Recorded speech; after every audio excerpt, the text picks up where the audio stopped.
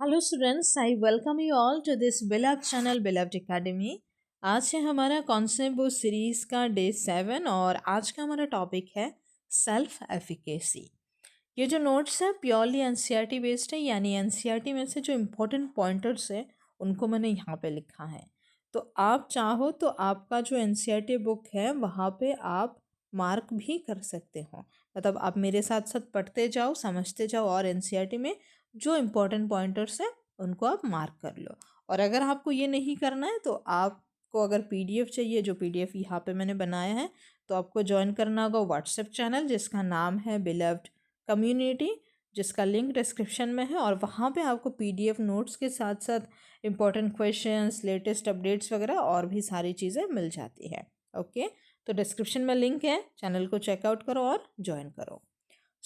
आज का हमारा टॉपिक है सेल्फ एफिकेसी। ये हमारे जो चैप्टर 2 है उसका टॉपिक है। इसके पहले हमने चैप्टर 1 के 3 टॉपिक्स करे थे और ये चैप्टर 2 के शायद तीसरा या चौथा टॉपिक है। ओके, सेल्फ एफिकेसी को अगर हम सीधी भाषा में बोले तो हमारे अंदर जो क्षमता है, जो कैपेबिलिटीज़ है, जो एबिलिटीज़ है, जो स्किल्स हैं, उसके ऊपर हमारा जो विश्वास होता है कि मेरे अंदर ये स्किल है, ये एक्सपर्टीज़ है और किसी भी सिचुएशन में कुछ भी करना हो तो वो मैं कर सकता हूँ, वो मैं कर सकती हूँ, इस चीज़ का विश्वास होना ही होता है सेल्फ एफिकेसी।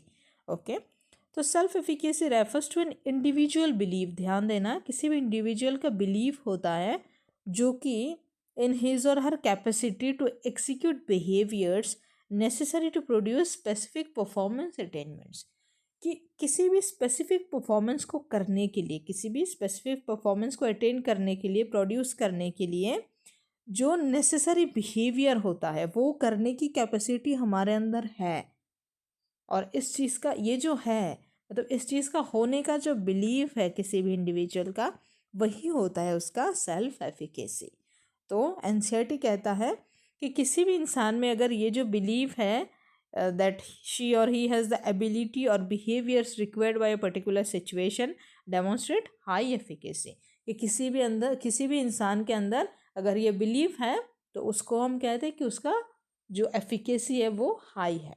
ओके, और ये जो सेल्फ एफिकेसी का जो पूरा कॉन्सेप्ट है, पूरा जो नोशन है, ये बेस्ड है एल्बर्ट बंडूरा की लर्निंग थ्योरी पर। ये एक मोटिवेशन की थ्योरी में से आता है, Albert Bandura's theory of self efficacy. तो अभी ये जो थ्योरी है ये क्या कहता है, ये ज़्यादा आपको इम्पोर्टेंट है देखना, तो हम देखते हैं। तो बंडूरा's initial study showed that children and adults learn behavior by observing and imitating others।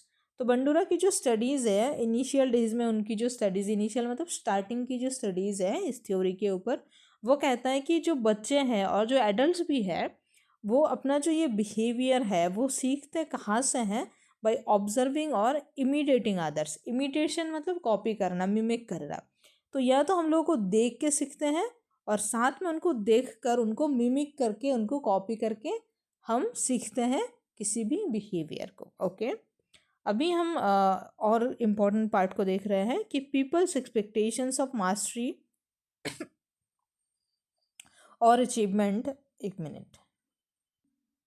यहाँ पे कहते हैं कि पीपल्स एक्सपेक्टेशंस ऑफ मास्टरी और अचीवमेंट, इस बात को बहुत गौर से देखना, and their conviction about their own effectiveness.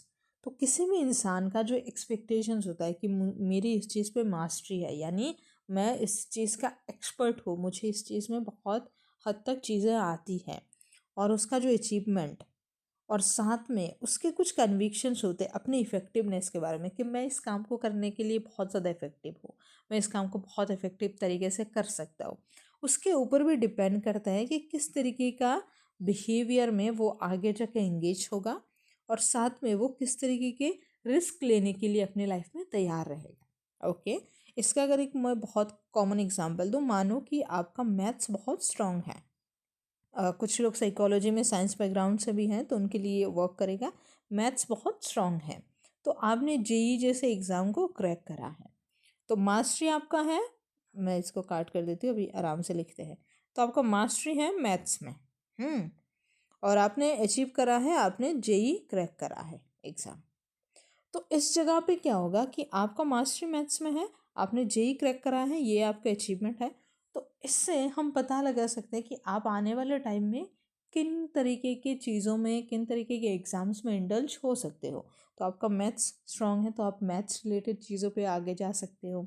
आपने जेई करा है तो आप इंजीनियरिंग वगैरह में और आगे जा सकते हो। आपने बीटेक करा है तो हो सकता है आप एमटेक वगैरह करो, गेट वगैरह, ये सारी चीज़ें आप करो।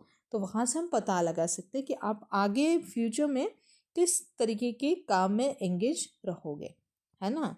क्योंकि वहाँ पे आपको आपका मास्टर किस चीज़ में है वो आपको पता रहेगा, आपने कुछ अचीव करा है तो उससे आपका कॉन्फिडेंस बढ़ेगा। तो इससे आगे जाके किस तरीके के आप रिस्क लेना चाहोगे, ले सकते हो, नहीं ले सकते हो, या फिर किस तरीके की चीज़ों पे आप एंगेज्ड हो सकते हो, आप मतलब जुड़ सकते हो, वो हम पता लगा सकते हैं। ओके, तो ये ही है एल्बर्ट बंडूरा की थ्योरी ऑफ सेल्फ एफिकेसी। ये बहुत इंपॉर्टेंट है। अब और क्या कहते हैं कि people with strong sense of self efficacy also feel less fearful. तो अगर आपका सेल्फ एफिकेसी बहुत स्ट्रॉन्ग होगा तो आप थोड़े कम डरे हुए रहोगे। ऑफ कोर्स आपका सेल्फ एफिकेसी स्ट्रॉन्ग है यानी आप में विश्वास बहुत है, आप कॉन्फिडेंट हो, तो कॉन्फिडेंट होगा तो आप डरोगे क्यों, बहुत ऑब्वियस सी बात है। फिर कहते हैं people with high self efficacy have been found to stop smoking the moment they decide to do so. तो क्योंकि सेल्फ एफिकेसी जिनका ज़्यादा होता है तो ऐसा पाया गया है कि वो लोग तुरंत ही स्मोकिंग को रोक सकते हैं जब जिस टाइम पे वो डिसाइड करते हैं कि वो आगे और स्मोक कर नहीं सकते। इसका रीज़न क्या क्यों है, क्योंकि इंसान में बिलीव रहता है कि मैं कुछ चाहता हूँ तो वो मैं कर सकता हूँ, मुझ में करने की क्षमता है। तो वहाँ पे ना आपकी जो विल पावर है, विल पावर जो है वो विल पावर ज़्यादा रहता है, ज़्यादा स्ट्रॉन्ग रहता है। ये विल पावर यानी आपकी दृढ़ता ज़्यादा स्ट्रांग रहती। तो अगर आपने दृढ़ता से ये डिसाइड कर लिया है कि हम स्मोकिंग अब आगे से करेंगे नहीं, मतलब आपने नहीं, मतलब किसी ने आई होप आप सब लोग ये सब करते नहीं हो, अभी आप लोग स्टूडेंट हो और आगे भी नहीं करना चाहिए। ऐसा नहीं कि स्टूडेंट हो तो नहीं करते हो, आगे भी ऐसी चीज़ें नहीं करनी चाहिए, ख़राब होती है चीज़ें, अच्छी नहीं होती है आपके हेल्थ के लिए और ऐसे भी। तो किसी ने डिसाइड कर लिया कि अब हम आगे से स्मोकिंग नहीं करेंगे तो वो इंसान नहीं करेगा, क्योंकि उसमें वो बिलीव है कि मैं कुछ चाहता हूँ तो वो मैं कर सकता हूँ। तो ये अगर मैं चाहता हूँ कि मैं नहीं करूँगा तो मैं नहीं करूँगा। ओके, अब नेक्स्ट क्या कहते हैं कि our society, our parents and our own positive experiences can help in the development of strong sense of self efficacy by presenting positive models during the formative years of children.